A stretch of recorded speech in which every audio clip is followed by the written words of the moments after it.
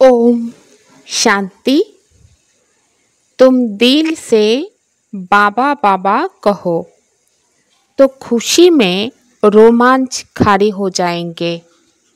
खुशी में रहो तो माया जीत बन जाएंगे। তোমরা হৃদয় দিয়ে বাবা বাবা বললে খুশিতে রোমাঞ্চ জাগে। खुशीते থাকলেই माया जीत हो जाबे। बच्चों को किस एक बात में मेहनत लगती है, लेकिन खुशी और याद का वही आधार है। বাচ্চাদের কোন ব্যাপারে পরিশ্রম করতে হয়, কিন্তু খুশি আর স্মরণের आधार হলো সেটাই। आत्म अभिमानी बनने में ही मेहनत लगती है, लेकिन इसी से खुशी का पारा चढ़ता है। मीठा बाबा याद आता है। आत्म अभिमानी होतेই পরিশ্রম করতে হয়, কিন্তু এর জন্যই খুশির পারা ঊর্ধ্বে ওঠে। মধুর বাবা স্মরণে এসে যায়। মায়া তোমাদের দেহ অভিমানে আনতে থাকে। অনেক শক্তিশালী হয়ে লড়াই করবে। এতে মুচড়ে পড়ার কিছুই নেই।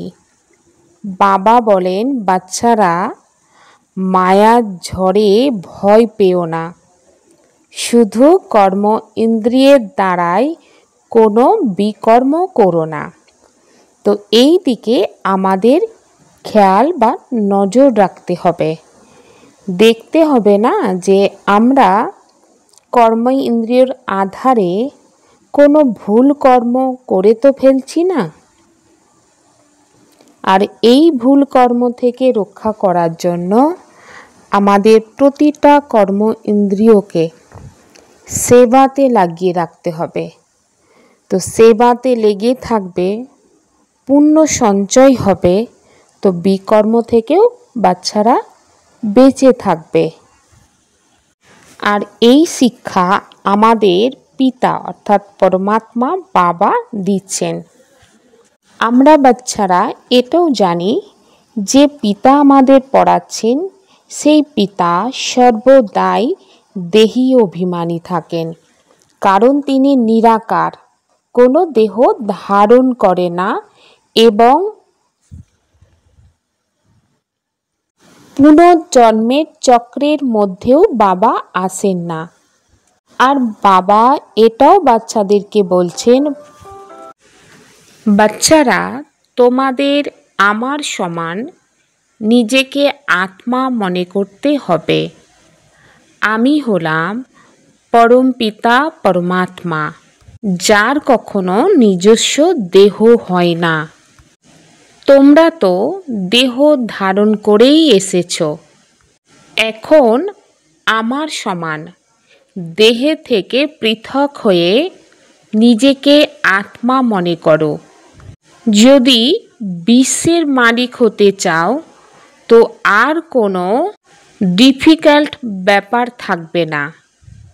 বাবা বলেন, দেহের অভিমানকে ত্যাগ করে আমার সমান হও। সর্বদাই বুদ্ধিতে স্মরণ যেন থাকে, আমি হলাম আত্মা, আমাকে বাবা পড়াচ্ছেন। কিন্তু বাবা তো হলেন নিরাকার, আমাদের পড়াবেন কিভাবে? সেই জন্য বাবা এসে এই দেহের মাধ্যমে পড়াচ্ছেন, যাকে এক কথায় গোমুখ বলা হয়। এখন গোমুখ থেকে গঙ্গার জল তো বার হতে পারে না, কিন্তু বাবার জ্ঞানরূপী রত্ন বার হয়, যার আধারে আত্মা পতীত থেকে পাবন হতে থাকে। করিতুল্য জীবন হীরের তুল্য সমান হয়ে যায়। এই মুখের আধারেই আমরা জ্ঞান প্রাপ্ত করি। মানব তো শিব আর শঙ্করকে এক করে দিয়েছে, কিন্তু তোমরা বাচ্চারা এখন বুঝতে পারছ শিব আর শঙ্কর এক নয়, ভিন্ন। भगवानुवाच हे बच्चे, मैं तुमको राजाओं का राजा बनाने के लिए पढ़ाता हूँ। तो बाबा की बोलছেন, আমি তোমাদেরকে রাজারও রাজা বানানোর জন্য পড়াচ্ছি। তো কোন রাজা? কলিযুগ আর দাপর যুগে যে রাজা ছিল তাদেরও রাজা। তো সত্য যুগের রাজা বানাতে এসছে। তো সত্য যুগের রাজা মানে দৈবিক গুণ সম্পন্ন রাজা। তো বাবা কি বলেন, সারাদিনে দেখো আমি রাজা। তো রাজা মানে নিজের কর্ম ইন্দ্রিয়ের ওপর রাজত্ব করতে হবে, মন বুদ্ধি সংস্কারের ওপর রাজত্ব করতে হবে। দাপর কলিযুগের রাজা দেখানো হয়েছে প্রজাগণ বা অন্য কোনো ব্যক্তির ওপর রাজত্ব করার চেষ্টা করেছে। কিন্তু পরমাত্মা বাবা এসে বলছেন যে আত্মাই শরীরের রাজা, যে এই সঙ্গম যুগে রাজার মতন চলতে পারবে সেই আত্মাই কিন্তু সত্য যুগের রাজা হতে পারবে। তো সঙ্গম যুগে রাজা হতে গেলে বাবা আমাদেরকে এই জ্ঞান দিচ্ছেন যে তুমি আত্মা, তুমি এই শরীরের রাজা, এই শরীর হচ্ছে তোমার রাজত্ব। আর শরীরের মধ্যে যে কর্ম ইন্দ্রিয় আছে, স্থূল কর্ম ইন্দ্রিয়, চক্ষু কর্ণ নাসিকা জিহ্বা ত্বক এবং সূক্ষ্ম কর্ম ইন্দ্রিয় মন বুদ্ধি সংস্কার, এরাই তোমার কর্মচারী। এদের ওপর যখন তুমি সকাল থেকে রাত পর্যন্ত শাসন করতে পারবে, তোমার দৈবিক গুণের আধারে নিজের মন বুদ্ধি সংস্কারকে পরিচালনা করা, কর্মেন্দ্রিয়কে পরিচালনা করা মানে রাজারও রাজা তৈরি হওয়া। তো এই সঙ্গম যুগে রাজারও রাজা হবে মানে সত্য যুগে রাজার রাজা। তো সেই জন্য বাবা বলেন যে দেখো, আমি কি আমার কর্মেন্দ্রিয়কে আমার অর্ডার প্রমাণ চালাতে পারছি, তাহলে আমি রাজার রাজা হতে পারবো। তো এর জন্য আমরা আমাদের পুরুষার্থের গতিকে বাড়াতে হবে। পুরুষার্থ আমরা সবাই করছি, কিন্তু গতি যদি না বাড়ে তাহলে আমাদের যে লক্ষ্য রাজারও রাজা হওয়া বা বাবা আমাদের যে লক্ষ্য দিচ্ছে সেই লক্ষ্যেতে পৌঁছানো অনেক মুশকিল। तुम पतित बने हो, वह शरीर को पतित समझ गंगा में स्नान करने जाते हैं। তো বাবা কি বলেন যে তোমরা পতিত হয়েছ, কিন্তু মানব শরীরকে পতিত মনে করে গঙ্গায় স্নান করে। বাবা বলেন যে তোমরা পতিত হয়েছ, তোমরা পতিত মানে আত্মা পতিত হয়েছে। তো আত্মাকে পতিত থেকে পাবন বানানোর জন্য বাবার স্মরণের যাত্রায় স্নান করতে হবে, তবেই আত্মা পতিত থেকে পাবন হবে। কিন্তু দুনিয়ার মানব শরীরকে পতিত মনে করে গঙ্গায় স্নান করে, তো এতে কোনো লাভ হয় না। এই কথাটাও বাচ্চারা অনেক ভালো করে জানে। মানব বলেছে যে আত্মা নির্লেপ, অর্থাৎ পাপ পুণ্যের দাগ লাগে না। তো বাবা কিন্তু কি বলেন, बाप तो गांव-गांव में गली-गली में नहीं जाएंगे। বাবা তো গ্রামে গ্রামে গলি গলিতে যাবে না, অর্থাৎ বা গ্রাম বা গলিতে গিয়ে তো সেবা করবে না। আর বাবার ভাগ্য তৈরি করারও প্রশ্নই নেই, কিন্তু বাচ্চাদের গ্রামে গ্রামে গলিতে গলিতে গিয়ে সেবা করতে হবে, অন্য আত্মাকে নিজের সমান বা বাপ সমান বানাতে হবে, কারণ বাচ্চাদের ভাগ্য বানাতে হবে। অন্যের সেবা করার জন্য নিজেকে শতপ্রধান বানাতে হবে, পবিত্র হতে হবে। এই উমং উৎসাহ রাখতে হবে যে হ্যাঁ, আমি অন্য আত্মার সেবা বা বিশ্ব কল্যাণ করব, নিজের ভাগ্য তৈরি করে নেব আর সারা বিশ্বের কল্যাণ করব। माया के तूफानों से डरना বা মুছনা नहीं है। বাবা কি বলেন, মায়া তো তুফান নিয়ে আসবেই, মায়ার কাজ হচ্ছে তুফানকে নিয়ে আসা। কিন্তু এই তুফানকে দেখে বাচ্চারা না ভয় পাবে, না সংশয়ের মধ্যে আসবে, না মন ভেঙে যাবে। কারণ বাবা বলেন আমার বাচ্চা মানে আত্মা শক্তিশালী। তো সমান প্র্যাকটিস করো, আমি আত্মা শক্তিশালী। তো তাহলে মায়া তোমাকে দেখেই ভেঙে যাবে, তুমি মায়াকে দেখে কখনো ভয় পাবে না বা সংশয়ের মধ্যেও আসবে না। মায়ার ঝড়কে ভয় পাবে না, বিভ্রান্ত হবে না, শুধুমাত্র মনোযোগী হতে হবে। কর্ম ইন্দ্রিয়ের মাধ্যমে কোনো বিকর্ম যেন না হয়, তো সেই দিকে বাচ্চাদের খেয়াল রাখতে হবে। জ্ঞান সাগর বাবা আমাদেরকে পড়াচ্ছেন, এই খুশিতে থাকতে হবে। কারণ মানব যখন ভালো করে পড়াশোনা করে, তার জীবনের লক্ষ্যকেও সামনে রাখে। তো সামনে যখন রাখে লক্ষ্যকে, সেই লক্ষ্য অনুসারে যখন সেই জায়গায় পৌঁছে যায়, তো খুশি তো অবশ্যই আসে। তো আমরা এখানে কোনো সাধারণ পড়াশোনা করতে আসিনি, মানব থেকে দেবতা অর্থাৎ নরকে নারায়ণ, নারীকে লক্ষ্মী হওয়ার পড়াশোনা আমরা পড়ছি। তো সেই কারণে আমাদের তো অনেক বেশি খুশি হওয়ার কথা। শতপ্রধান হওয়ার জন্য তো আমাদের কেমন পুরুষার্থ করতে হবে? শতপ্রধান হওয়ার জন্য আত্ম অভিমানী হওয়ার পরিশ্রম করতে হবে। আর এই পরিশ্রম শরীর দিয়ে না, এই পরিশ্রম হচ্ছে বুদ্ধির আর মনের পরিশ্রম। জ্ঞানের বিচার সাগর মন্থন করতে হবে। অর্থাৎ বাবা আমাদেরকে যে জ্ঞান দিচ্ছেন সেগুলোকে ভালো করে মন্থন আর চিন্তন করতে হবে। যত বেশি আমরা মন্থন আর চিন্তন করি, সেই জিনিসটাই আমাদের বুদ্ধির মধ্যে বারবার আসে।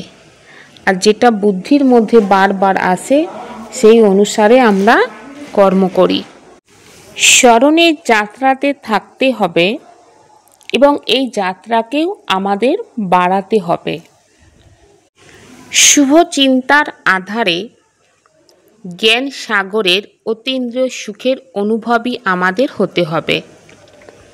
যেমন সাগরের ভেতরে থাকা জীবজন্তুর সকলেই সাগরের মধ্যেই থাকে, তারা কখনো সাগরের বাইরে বেরিয়ে আসতে চায় না। মাছও জলের মধ্যেই থাকে। সাগর বা জলই হলো সাগরে থাকা জীবজন্তুদের সংসার।